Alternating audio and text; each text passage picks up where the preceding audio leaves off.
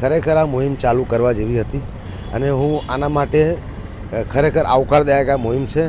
વડોદરા શહેર સંસ્કારી નગરી છે. સ્વચ્છતામાં એક સમય એવો હતો કે વડોદરાનો પ્રથમ ક્રમ આવતો હતો. આજે વડોદરાનો ક્રમ 7મો 8મો ઇન્દોર પછી આવે છે.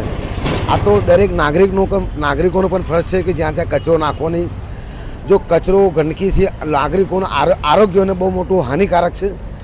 સ્વચ્છતા એ દરેક ધર્મમાં પણ મુસ્લિમ ધર્મમાં, હિન્દુ ધર્મ એક એમ કે સ્વચ્છતા બહુ મુખ્ય વસ્તુ છે. આપણે મંદિરમાં મસ્જિદમાં જઈએ છીએ તો ઈશ્વર અલ્લાહ એમ કહે કે સ્વચ્છ થઈને આવો, તો પછી આપણા ઘરના આંગણા, આપણું રોડ, આપણું શહેર કેમ સ્વચ્છ ના રાખીએ?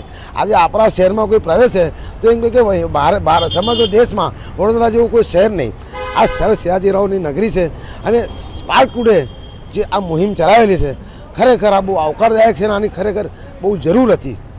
અને સ્પાર્ક ટુડે કોઈ ફોટું પાડે, કચરો નાખો, ફોટું પાડો, સ્પાર્ક ટુડેને મોકલો, ત્યાંને ત્યાં ઇમરજન્સીમાં સફાઈ થઈ જાય અને સામુવાળું શરમાઈ જાય, ફરીવાર નાખે ના. આ પણ પગલું આવકારદાયક છે અને આગામી દિવસોમાં સ્પાર્ક ટુડેના જે સ્ટેપ લીધેલો છે એના પડઘા સારા પડશે. શહેર મારું સ્વચ્છ થશે, સુંદર થશે.